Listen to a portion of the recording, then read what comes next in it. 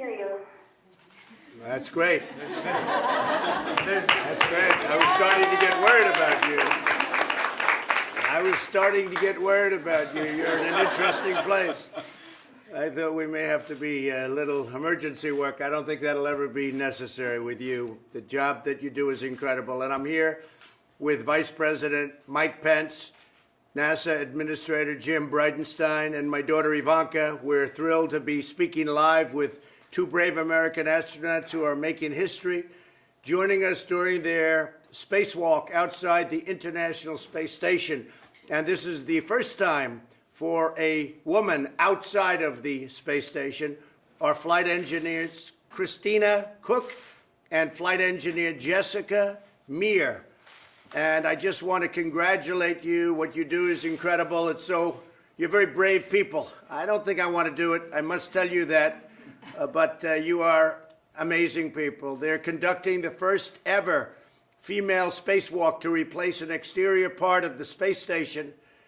They're doing some work, and they're doing it in a very high altitude, an altitude that very few people will ever see.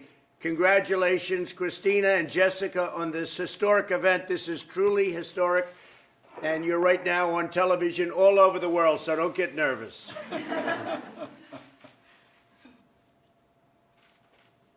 I'd like to ask you a question.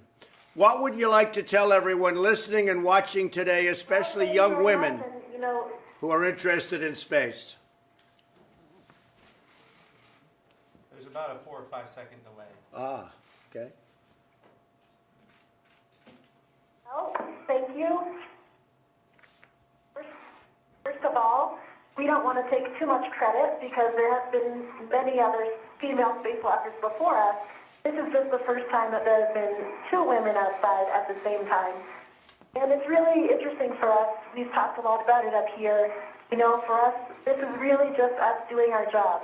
It's something we've been training for 6 years and preparing for. And so it didn't really, for us, it's just coming out here and doing our job today. We were the crew that was tasked with this assignment. At the same time, we recognize that it is a historic achievement. And we do, of course, want to give credit to all those that came before us. There has been a long line of female scientists, explorers, engineers, and astronauts, and we have followed in their footsteps to get us where we are today. We hope that we can provide an inspiration to everybody, not only women, but to everybody that has a dream, that has a big dream, and that is willing to work hard to make that dream come true. Something that all of us that have made our way up here have done all throughout our lives. And I can tell you, the hard work certainly did pay off.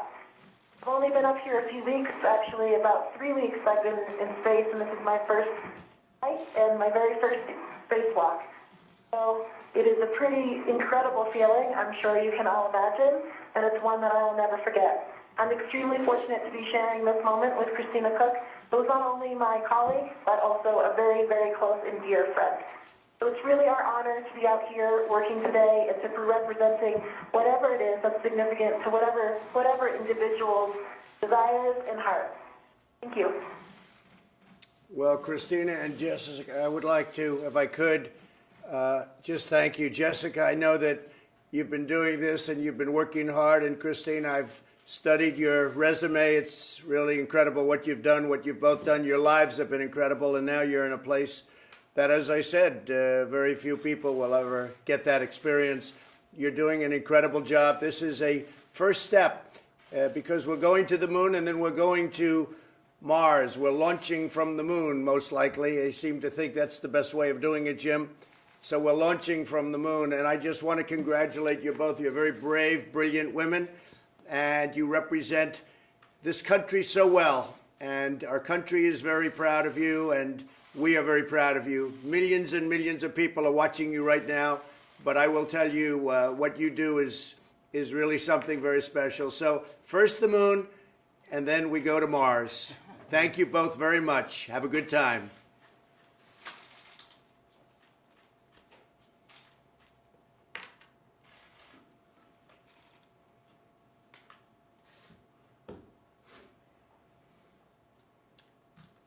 I'm wondering if we might have lost the link at this I point. don't know. Maybe they didn't like my message. Could be. Anyway, two great women, two great people, and, you know, a big danger, not easy. It's not an easy thing to do. A lot of people would take a pass on that one, but they're great women. Okay, back to the scoop. I think I heard that. That's the link. Oh, that's the link. That's the end of the link. So they heard my message and they tried to respond. It's space. I assume they're okay. I assume they're okay. Anyway, they're actually outside of the ship, so that's something, right? That's the first time that's taken place. First time since 1969 that a president has spoken to astronauts outside of the spaceship. So That was a great, it's a great thing. When are they coming back? What's the timing? So each one is different. Christina Cook is actually going to be have the Thank you to all longest single parties. endurance mission. We're resuming normal operational communications. Okay. So she's going to be on space station for, I think it's about 10 months, which is the longest Wow. we've ever had a woman on the space station ever. What's the longest for a man? 345 days. So, So why don't you have the woman break the record? well, we have a very tight schedule when it comes to windows to get back and forth to the International Space Station. But that's within the realm of what is possible. We're working on schedules, sir. Well, and next a woman on the moon, right? That's right. By direction of the president, we will have the first man, or I should say the first woman and next man on the south pole of the moon will be Americans. and what's your timing on that? Better not say it too fast. 24 Get it done before you talk about it. Okay, yes, sir. Okay, go ahead. The goal is 2024, sir. If all things go according to plan, 2024 is within the realm of what is possible, and we're working hard to make that a reality. And because of the fact that we've been there, as I've said to you many times, we've been there a long time ago, it's really being done as a launch for Mars. Is that correct? That's right. We're building a habitat in orbit around the moon, a space station in orbit around the moon, and that will be launching in 2022. And once that is deployed, that will be modified into a Mars ship that will take us all the way to Mars. And between now and then, we want to build a sustainable architecture at the moon. We need to learn how to live and work on another world for long periods of time. And then we go to Mars, because when you go to Mars, Earth and Mars, we're only aligned on the same side of the sun once every 24 months, or 26 months. What that means is we have to be willing to stay. Right. We need to learn how to live and work on another Oh, I world. see. Yeah, right.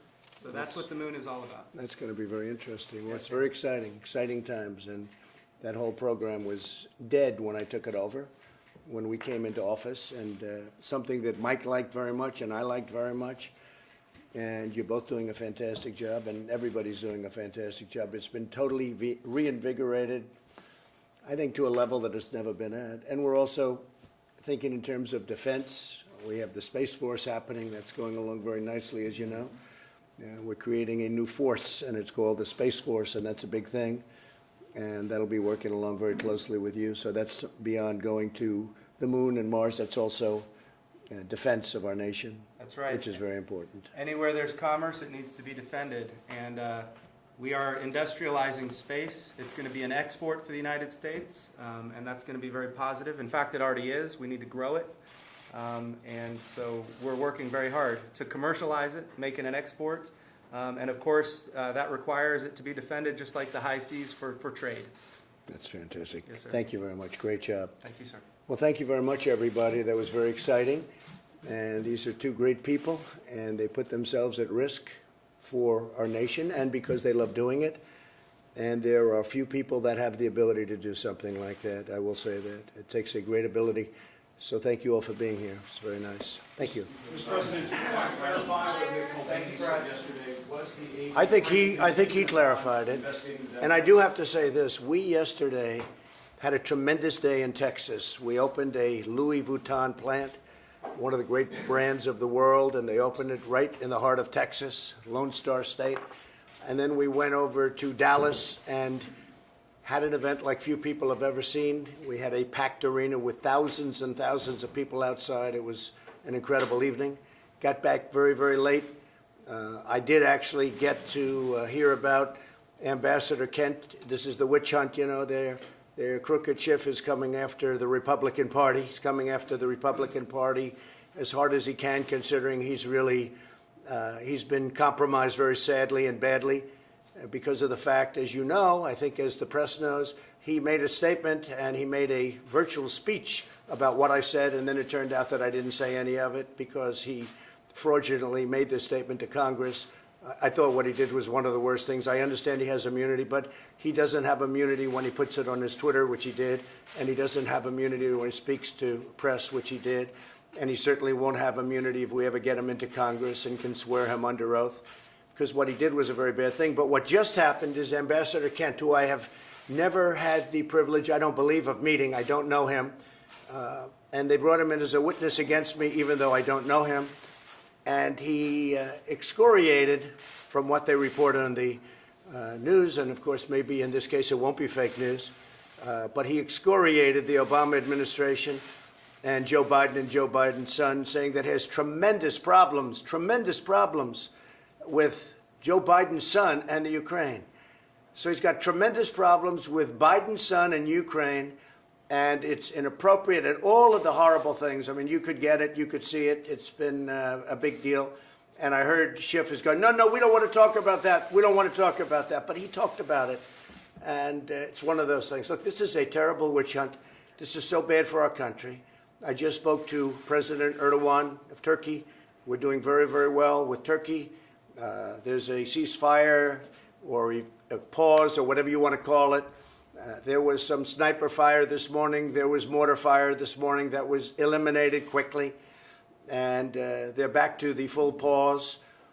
We have ISIS totally under guard. Turkey is also guarding separately. They're watching over everything. So you have the Kurds who we're dealing with and are very happy about the way things are going, I must say. The Kurds, and you also have the Turks watching, just secondarily watching. So we have ISIS under control. We've taken control of the oil in the Middle East, the oil that we're talking about, the oil that everybody was worried about. The U.S. has control of that. And there are no shots being fired. And a lot of people are doing a lot of things. This is a deal that should have been made 15 years ago, 10 years ago. Over the last number of years under the Obama administration, the real number is over 1 million people were killed. We have lost not a drop of blood since we've started what I've started. And it was, so far it's working out. Look, it's a complicated region.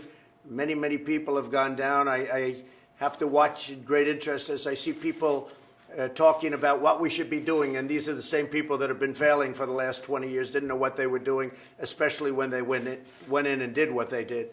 They shouldn't have been there. But we're doing a very, very significant amount of great work. We'll see if it works. It's very fragile. It's been fragile for years. They've been fighting each other for centuries. Literally for centuries they've been fighting each other. And years ago we injected ourselves right into the middle of it. And we won't go into whether or not that was a good thing or a bad thing. You know how I feel about it. But we've had tremendous success, I think, over the last couple of days. A little bit unconventional, a little bit of hard love. I told you that. It was a lot of pain for a couple of days, and sometimes you have to go through some pain before you can get a good solution. But the Kurds are very happy about it. President Erdogan in Turkey is satisfied with it, and we are in a very strong position. We are also in a position where we can put tremendous, powerful sanctions on Turkey or whoever else we want to. Our country is a financially much stronger country than when I took it over. China would have been, right now, the strongest economy in the world, the #1 economy in the world. And right now, China is way behind us. We picked up trillions of dollars in value, in worth, and they've lost trillions and trillions of dollars, and they're having the worst year they've had in 57 years. With that being said, we're working with China very well. We've done, subject to getting it signed, and I think it will get signed quite easily, hopefully by the summit in Chile, where President Xi and I will both be. But a lot of good things are happening. Our farmers are taken care of. Our bankers and our financial services are going to have access to likes of which they've never had to the largest or second largest, depending on your definitions, about 1.4 billion people.